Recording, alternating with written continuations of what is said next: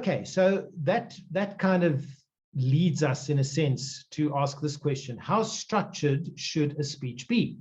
So I'm a huge fan of structure. Let me start by saying that. But as you've just heard, there are different kinds of structure. So there might be a linear structure or a non-linear structure or a million things in between. Now, for me to produce a beautiful speech, it needs to be structured. It doesn't need to follow a traditional structure, but there does need to be a set of 3 key ingredients, if you will. And the ingredients used to be intro, body, conclusion, but actually that doesn't work anymore because audiences are tired of it. And you can't default the other way and just stand up and deliver like they used to in ancient Rome, because there's too much to say in too short a time and people are bored and distracted. So now the 3 ingredients make up a sandwich. Okay, so it's a sandwich. And at the top of the sandwich is the hook. In the middle of the sandwich is what I call the meat. And the bottom of the sandwich does what I call closing the loop. So your hook might be the middle of a story, but it might also be a first person confession. It might be imagine a world where XYZ. It might be a surprising realization or something very, very simple. In fact, Paul and I were at the Joburg chapter meeting of the PSASA not too long ago, and there was a speaker giving a presentation which started with something like, it was a Wednesday when my dad came home and said that he'd lost his job. Now, I'm pretty interested in hearing the rest of that story. It was a Wednesday. So that's a hook. The meat is the message, right? It's the key thing that you want your audience to think, do, or feel at the end. But you've got to substantiate it with evidence. So you've got to give them a reason to care. And we'll talk about this going in, but it needs to be simple enough for them to remember afterwards, but emotive enough for them to want to talk about it and think about it afterwards. Mm-hmm. And I, again, learned this from Paul. I used to think the meat had to have only one theme.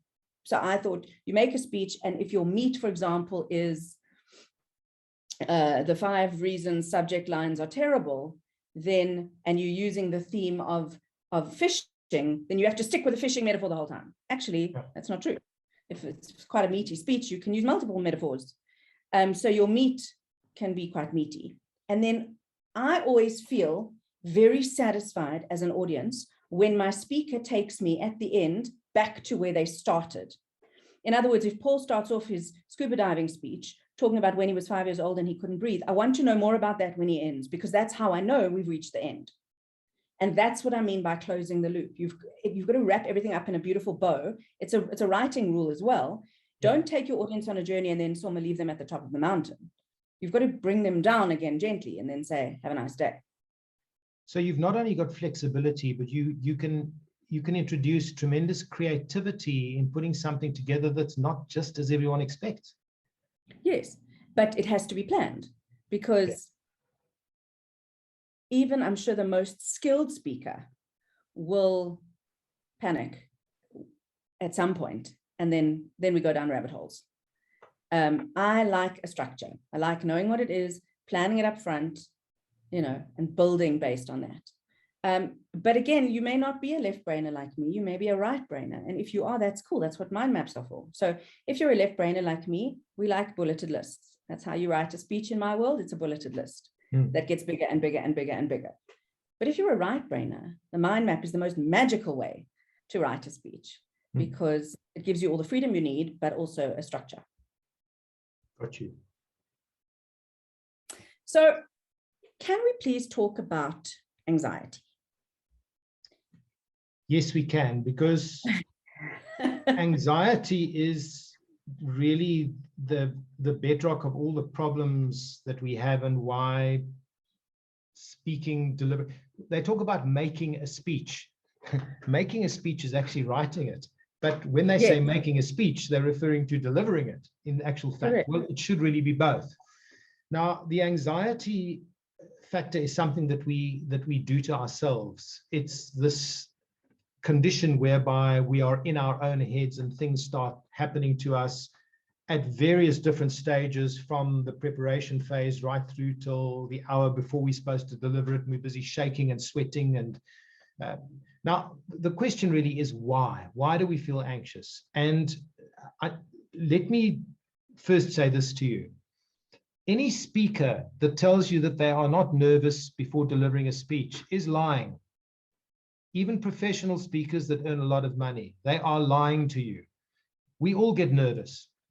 I've delivered hundreds of speeches. I get nervous before each one, and it's a good thing, because it's the body's reaction to help you to be alert, to get the adrenaline pumping, and to get the diaphragm to do what you want to do. Unfortunately, there's a couple of things that happen to you, but I'm going to come to that now. Let's just look at the general psychology. Now, I spoke to you about this thing that human beings have. We tend to always downgrade ourselves against other people. The other person's always better than us. We're not going to be good enough, and so on and so forth. And we see other people as doing things better than what we do.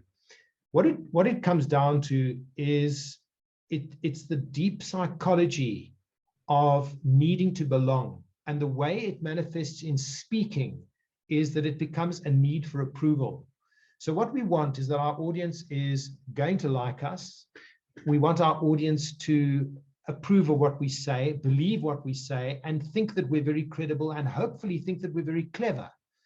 And we have all kinds of weird psychological ways of dealing with that. The one way is to try and put as much information as possible into a speech. Well, it's a huge mistake, because you just confound them and end up with a confused audience and no central message. So I think what we need to understand is that there are ways of preparing oneself. And the best way to do it is to be properly prepared. And one of the questions I'm going to ask Tiffany later on is whether you should actually write your whole speech out. But let's just hold on to that for a moment. Now, you're delivering your speech. You've kind of prepared it in any way that you saw fit. Maybe you used signposts as you went along. Maybe you did write the whole thing out. You get to the end, and very often you don't feel entirely satisfied, even if you get rapturous applause. You might not be satisfied because you didn't get a standing ovation, or that maybe you felt that the applause wasn't enthusiastic enough. But we always kind of wonder, was it good enough? Was I good enough? And what is it that I can do? And what you can do, quite simply, is that you can prepare in the best way possible. But preparing is not only writing the speech. It's not only getting your slides in place if it happens to be a business or a slide-supported presentation. It's also rehearsing it. And the reason that we rehearse it is that that we familiarize our very substantial brains, and our brains are amazing, that we're familiarizing our brain with the flow of the content. Now, this doesn't mean memorizing everything, but if you've got the flow, you'll be amazed at how your brain picks up on things and just doesn't go blank. And there are, of course, things that one can do to make sure that you stay on track. What you don't want to be doing is standing there holding an A4 piece of paper, because you're immediately giving the audience a message that I don't know what I'm going to be talking about, so I'm just going to be reading it to you. And unless you're a really good reader and know how to read and make eye contact with the audience, you're going to be reading and not delivering a speech. So ultimately, the anxiety thing has got a lot to do with what I said earlier, shooting yourself in the foot. And I think we should stop doing that. What we should learn to do, and this is critical, is firstly, prepare properly. Secondly, trust your preparation. Make sure that you're not only writing your speech, but you're also delivering it enough times to be comfortable with it. And then when you arrive, wherever you're going to be delivering your speech, whether it's online or whether it's face-to-face, just make sure that you are relaxed, happy, that you're greeting people, that you're not worrying about what you're going to say, because you've prepared already. Just trust your preparation, and you will be amazed at how well it actually goes. So now, Tiffany, one of the things, I have to stop you. One of the things you told me, but it was unfortunately after I did my talk for you in the masterclass, was anticipate freezing up with your first line. You said, just expect that you will forget your first line, but you only told me that after. And I did forget my first line. And if I'd known ahead of time that that was going to happen, I would have learned my first line better. Because once I got back to my first line, the whole speech just unfolded before me and it was all good. But I stood up there and I forgot my first line. Hmm. So going in, if you know you're going to be anxious because you're anxious, learn the hell out of that first line, because once you've got that out of your mouth, everything else just comes. And the writing rule for that is the same. Once you get the first line of your article, 9 times out of 10, if it's good, then you're pretty much on your way. So in terms of rehearsal, your opening is critically important. So you can learn that off rote. The second thing that's very important is your closing, because you want to have a kick-ass ending. So learn that off rote as well. Make sure that you've really got it well polished. And the rest, if you don't manage to memorize it, well, that's absolutely fine. In fact, very often if you leave out a bit of your speech, I know why you're saying that, Paul. You're making me need eye contact. It might be a disaster to you, but actually the audience wouldn't notice because they heard what they heard. And just by the way, that speech that you gave in November on the masterclass was absolutely brilliant. Thanks. I left out a whole chunk because it went too long. So Paul, you said 2 things that I've actually written down, even though technically I'm not attending this webinar. The first one is don't be too clever, because I try and be clever as a speaker and it doesn't land. It's a disaster. And the second thing is learn your intro, which I knew before, but learn my outro, because I'm so relieved to be getting to the end that my outro tends to be quite pop. You know, because I want it to be over so I can sit down and make people stop looking at me. And then I sort of swallow my thanks and it's a disaster. So I must learn the ending also, not just the beginning. There's a famous saying with regard to delivering a speech, and that is be sincere, be brief, be seated. Being seated is my favorite part, I must be honest, because I'm not good at being brief, and sincerity is overrated. Yeah. Okay, where are we? So the nugget number 1, I just want to remind everyone, nugget number 1 was, how structured should a speech be? And my answer is very. Nugget number 2 was, what role does anxiety play and what do you do about it?